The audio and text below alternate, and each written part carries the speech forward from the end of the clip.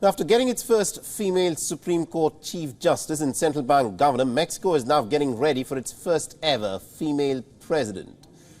Mexico is all set for the presidential elections next year, and the top two contenders, interestingly, both happen to be women, Claudia Sheinbaum and Xochitl Gálvez. This is a first in the country's history. And although other candidates appear on the ballot, the winning candidate is expected to be one of these two. Claudia Sheinbaum is the presidential candidate representing Mexico's ruling party. Sheinbaum would also be the first president with Jewish heritage if she were to win. She served as the mayor of Mexico City until she resigned to run for the top job in the country. Sheinbaum is a protege of Mexico's current president, Manuel Lopez Obrador.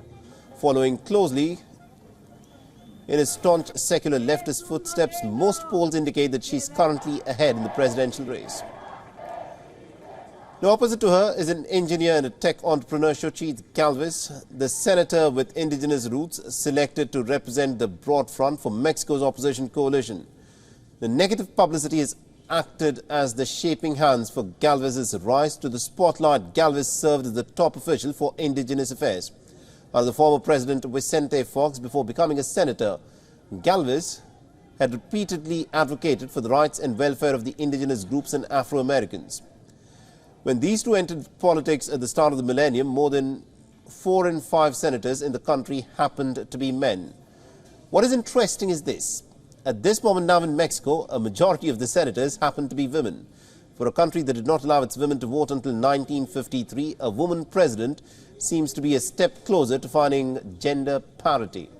In 2002, it was mandated that women constitute at least about 30% of all political candidates.